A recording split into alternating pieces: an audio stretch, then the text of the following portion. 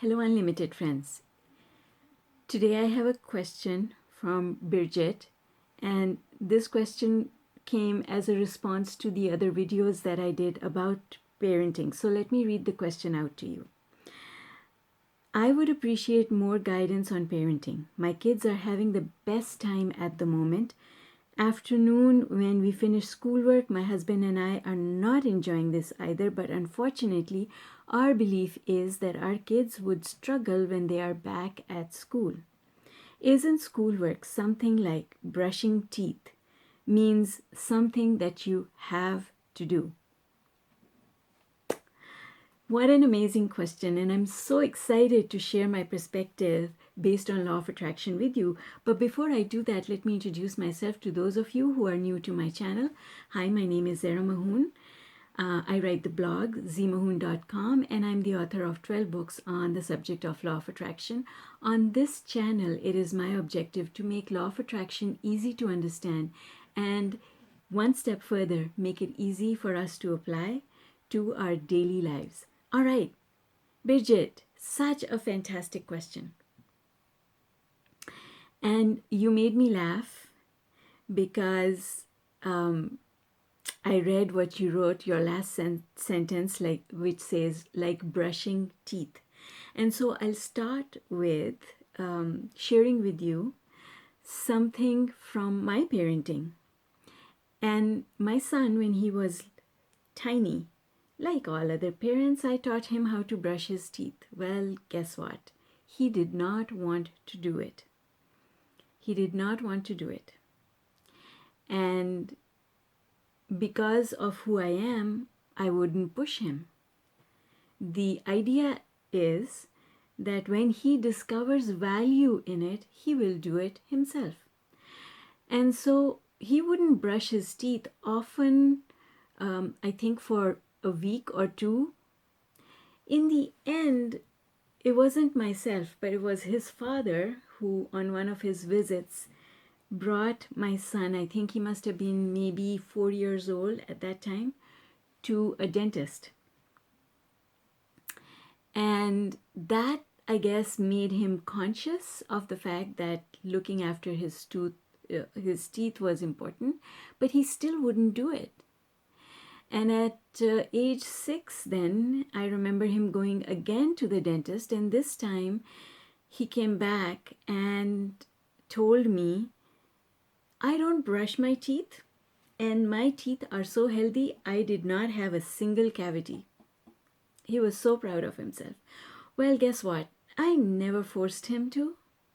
And then something happened in his own thinking where he started to brush his teeth on a regular basis. And now that same child who would not brush his teeth sometimes for days, maybe takes 3 showers, is the cleanest, neatest person I know.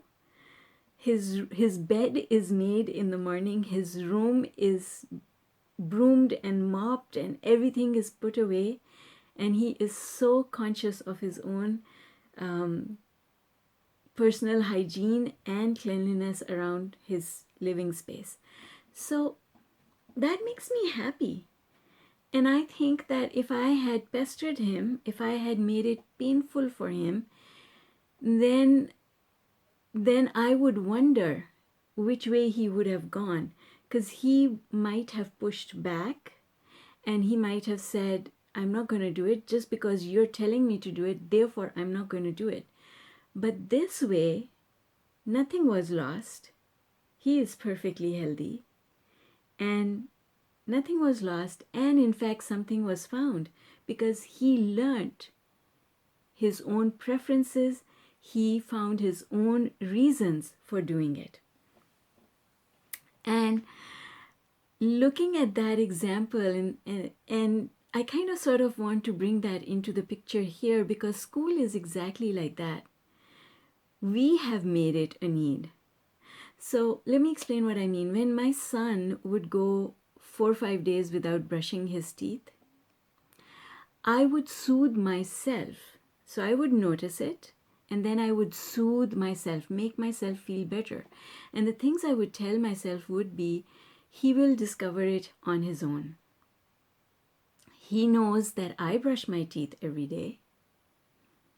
So this is just a phase. And like any other phase, he's going to get over it and he'll start doing it because it is a good thing to do. And then I would tell myself, and I have always had cats and dogs in the house. They never brush their teeth. And my animals are perfectly healthy, have never had any problems of any sort. And then I think about other animals around the world. Well, they don't brush their teeth. And some of them have really, what's the word, more harder cuisine to chew on than we do. And so I would always soothe myself by saying those things. And now I don't have a concern in the world because I know that he can find his own way. And I think as a parent, that is the main thing that we want to teach our children. We want to teach our children to find value on their own. And school is like that as well. Because school is not required for success. School is not required for happiness. Learning through studying a structured curriculum is not a guarantee for success in life. There are many examples of people who have shown us that success can come in so many wonderful ways that we cannot even imagine. Now, having said that, we, mankind, has created a system. And that system has become applicable to all of us because as a society, as the world society, we have accepted the fact that education is important. And by any means, I am not saying that education is not important. What I am saying is let the children choose, and when they are ready, they will learn faster because they'll be ready and they'll have an appetite. It's like when you're not hungry and someone tells you to eat, you just kind of peck at it and it doesn't really taste like much. But when you're hungry, that same meal is the best thing you ever tasted. You want it and you want it fast. And that's how learning works as well. When there is a hunger or an appetite for learning, people learn really quickly and people are capable of learning anything that they want to learn. I know that because I know that there are so many things that I never learned at school. And in fact, if you were to go back into my history, you would find that I've jumped around from one thing to another thing and always had fun with it. And I see myself and I see the difference because I never pushed back against school. I learned to enjoy school. In the beginning, I did not. In fact, I was a failure. My parents were really disappointed because I was a failure at school. But then I fell in love with learning on my own, not because they pushed me, on my own. Because of the encouragement of a couple of teachers, I fell in love with learning. And I did it not because I was supposed to do it, but because it made me happy to do it. And that is the reason why I've read so much outside of my curriculum. And so now I'm going to bring it back to my son, because just like I never told him to brush his teeth, left him alone, I also never told him that he could not make his own decisions about his own schooling. So he would get up, and if he said he didn't want to go, I would not send him. He would stay at home. He would do whatever it was that he wanted to. If he didn't wake up on time, I would tell him that he's going to be late. And if he chose to be late, I let him be late. The result is that he has never suffered. He has never excelled in terms of getting the best grades, but he's had a lot of fun and he's always cleared all his classes. To the extent that now he is in high school, and I still have the same philosophy because I don't see it as my job to force him to do anything. I see it as my job to leave him alone so that he can figure it out on his own. He can figure out whether or not learning, going to school is important to him. And guess what? Suddenly, out of nowhere, in grade 10, all by his own, he became interested. He became interested in learning, and he became interested in being able to do whatever it takes to get through school so that he can get to the next stage in his life. And now I am so excited that this child wants to buy books, and every week there's a request for a new book. And guess what? They are not fiction. They are non-fiction, books of philosophy and books about history and how the world works. And I absolutely love and adore YouTube because my son has learned so much from YouTube. He has had an education more wholesome, more expansive, teaches me about the history of the world and about politics and about so many other topics. Nutrition, oh my God, nutrition, yes. And physical fitness. I cannot tell you how happy and proud I am as a mother. And I have nothing to do with it. I did not do this. He did it all on his own. And that is what makes me proud. I never told him, and he made up his own decisions. And that is a happier way of doing it because now he's a happier child. And I am an extremely happy mother because I never had to push him. I didn't have to push him and then spend the whole day sulking, thinking, what is going to become of this child? He just does not listen. He does not do his work. He is going to flunk his classes and he's going to get horrible grades. No, I never did that. I never had to worry. I never stressed out. He never stressed out. And in the end, he figured it out.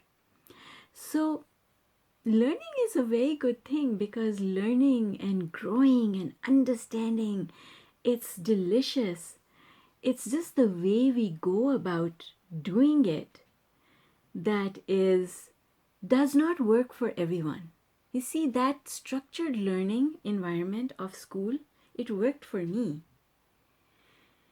But it would not have worked for my son because he would have had the complete opposite reaction to it. And so my letting him have the freedom of him deciding when he was ready was a really good thing. Even in my case, I hated school until my parents decided to leave me alone. They gave up on me and were so disappointed they just gave up on me. When they gave up on me, they stopped pushing me. That's when I decided that I was going to have fun with it. See? Pushing children to do things that they don't want, that they are not ready for, it does not work. It doesn't work for the children and it does not work for the parent either. It creates animosity between the child and the parent because now the parent and the child are pushing against each other because the child wants one thing and the parent wants another thing. And why does the parent want it this way? Well, they want it because they've got this image of a perfect parent, and the perfect parent pushes their children. Children don't need motivation. They need to find their inspiration. Inspiration is the button inside that the child controls. Motivation is the button on the outside that the parent tries to push. Pushing does not work. Motivation can only take you this far and can only help your child for so much. It is about inspiration, and that inspiration comes from within. So, the best way to help your child to be inspired towards learning is for your child to observe that you are always learning and doing and expanding and growing. My children see me with this, right? My children see me listening to audiobooks. My children see me listening to Esther.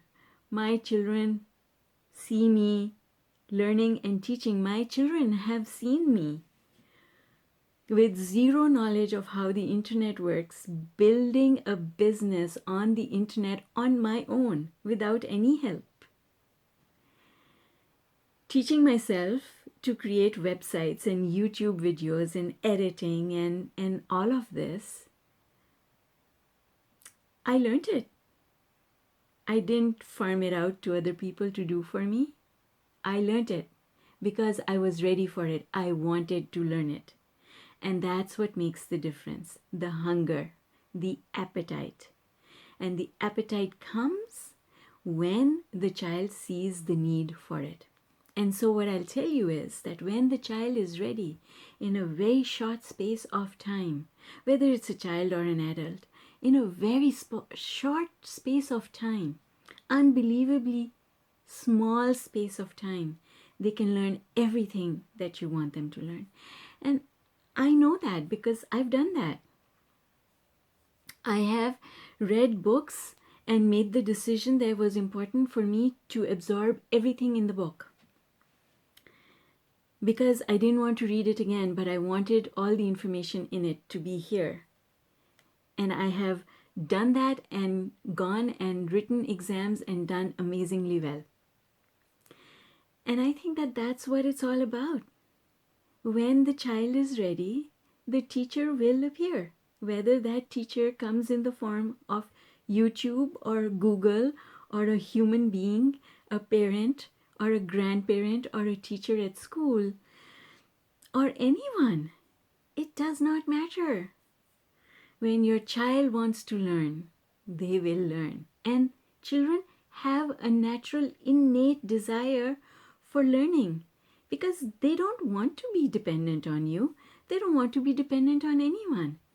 And learning, that curiosity, inquisitiveness, that is natural. So if we leave them alone and let them find their own way, they will learn.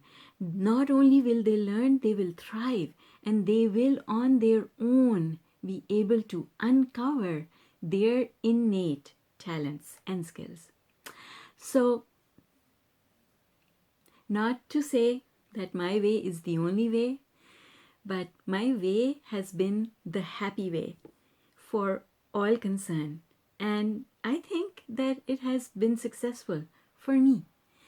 And the reason it has been successful that I have not been afraid. I have not been afraid of what would happen to my children. Never. I have complete faith that they will find their way, that they are taken care of. The other thing is, I have never cared what other people think of me as a parent or even as a person. I do not care what other people think. And if other people have a problem with the way I parent my children, I don't care. I don't care. It's not my problem. I am proud of my children. I am happy as a parent. And I'm happy to see my children grow. And that's the only important thing to me. So it's wherever you put your focus, whatever you think is important, is then important to you. And you cannot change your behavior or the actions that you take without first changing your belief. It would not be helpful for you to behave the way I behave unless you also believe the way I believe. So if you believe that nothing can ever go wrong, that your children have guidance, that they will always find their way, and that they can thrive, then don't do what I did. If you can't believe in those things, you must believe in them in order to do what I did. And many different parenting philosophies work. The fact that I do it one way does not make any other way inappropriate. No, none of it is inappropriate as long as it is done not from a place of fear, but from a place of love. If you are afraid that something will go wrong with your children, then you are visualizing a negative outcome. And if you always believe that good things are on their way, then who cares what happens in between? And that is the reason why if you just trust, if you don't worry and you just trust, things will always work out for you. All right, my dear. Birgit, thank you so much for your amazing question, and I hope that my perspective adds value to you and to other people. Take care, folks, and I'll see you next time. Bye for now.